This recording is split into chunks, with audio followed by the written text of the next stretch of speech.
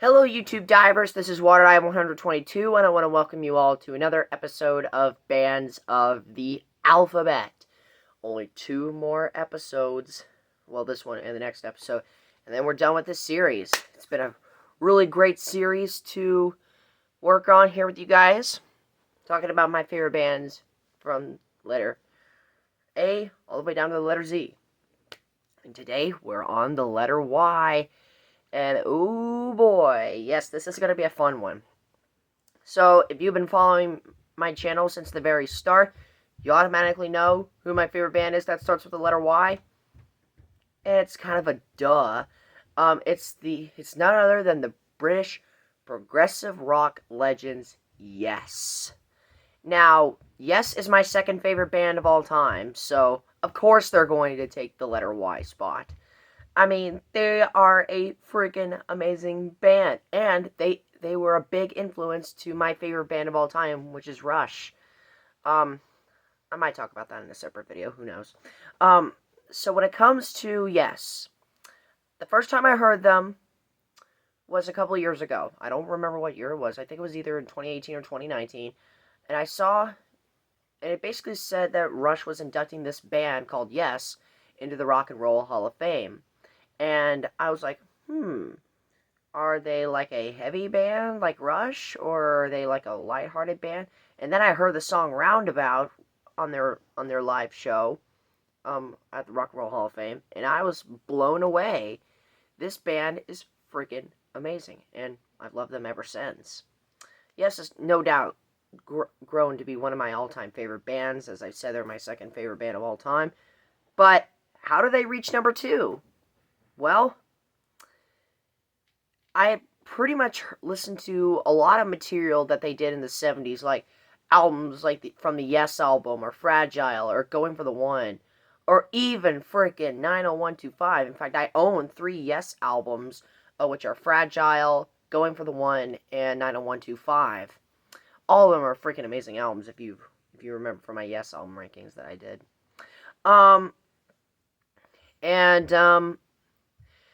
I specifically said that at number 1, my favorite Yes album of all time, and one of my all-time favorite albums, was the 1973 album Tales from Topographic Oceans, which is, in my opinion, the greatest double album to have ever been made. It's better than The Lamb Lies Down on Broadway by Genesis. It's better than Keeper of the Seven Keys to Legacy by Helloween. It's better than The Wall by Pink Floyd. It's better than all of these double albums. And Tales from Topographic Oceans is my second favorite album of all time. If you remember from my top 10 favorite albums video that I did on Magic Metal Mondays, you could go check that out. Tales from Topographic Oceans claimed the number 2 spot. And rightfully so. Yes, this album is a little bit dragged out, I guess, and it is a little bit pretentious, I guess, but like I said in the Yes video, I don't frickin' care. This is a masterpiece, and in my opinion, it's a underestimated classic. Now, it was going to be tough to follow Close to the Edge, which came out before it. And even though I do think that Close to the Edge is an amazing record, in my opinion, the band followed it up with a freaking killer album that is Tales. I mean, it opens up with my all-time favorite Yes song, and my favorite early 70s progressive rock song, and that is the Revealing Science of God, Dance of the Dawn. I absolutely adore that song, and it is one of my favorite epics of all time. Now, yes, this album does consist of 4 epics, but all of them are drawn out the right way in my books. I mean, Revealing Science of God is definitely one of those songs where you can listen to time and time and time again and never get tired of it. Yes, it is the longest song off of Tales at 22 minutes and 23 seconds, but it is so freaking worth it. Revealing Science of God is an undisputed masterpiece, and a lot of Yes fans would probably agree with me. especially Yes fans that love this album as much as I do.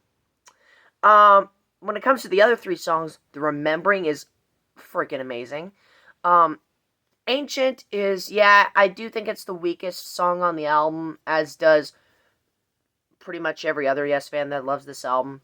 Although, if I am wrong, please let me know. Um, but still, in of its own self, it's a freaking amazing song, and I love the Leaves of Green classical nylon string guitar solo that Steve Howe does. And of course, finally, Ritual, probably my second favorite song off the album. It would, when it comes to Tales, it's either down to side 1 or side 4, which is Revealing and Ritual. But for me, it's of course Revealing. I love that song. But Ritual is also great with the crazy percussion set that newcomer Alan White delivers. Speaking of which, let's talk about the lineup of this album. This is the first album to feature Alan White on drums, and this is the first album to feature my favorite Yes lineup, with John Anderson on vocals, Steve Howe on guitars, the late Chris Squire on bass, Rick Wakeman on the keyboards, and Alan White, of course, on drums. Now, this would be the last album to feature Rick Wakeman until Going for the One, which came out 4 years later. And yes, of course, Yes has a lot of great albums, but in my opinion, Tales from Topographic Oceans stands out above the rest. Now, when it comes to the honorable mentions, I really just only had one, because I was looking up bands that starts with the letter Y, and I could only find Yes and the Yardbirds. The Yardbirds, out of all these honorable mentions, I know the most of, because, they made Heart Full of Soul. Absolutely love that song. And of course, Rush covered it on their Feedback EP from 2004 and on their R30 tour. I love that cover. And I did listen to the original Yardbirds version, and in my opinion, Rush did an absolutely amazing job. But then again, Rush does everything better, in my opinion. And then the other two honorable mentions that I have are the band Yellowcard, which basically formed in the late 90s, early 2000s. Haven't heard a thing from them yet, but all you Yellowcard fans out there, please let me know down in the comment section below which album do you recommend I listen to first. And then this is going to be bad. I'm going with Yaz. I mean, I think from what I've read, Yaz is like a rap artist, and I cannot, and sorry to you rap fans out there, but I cannot stand rap music. I'm sorry, but I just can't. But I basically just chose Yaz because I was running out of ideas. I thought about going with the band Yellowman, with a musical project called Yellowman. I don't know if they're a rock band because I never heard of them. But I actually wanted to put Yellowman on here. So all you Yellowman fans out there, please let me know down in the comment section below which album do you think I should start with first. And if you rap fans want to rant about me disliking rap down in the comment section below, then who knows? Just do as you please. So with that said, Yes is my favorite band that starts with the letter Y.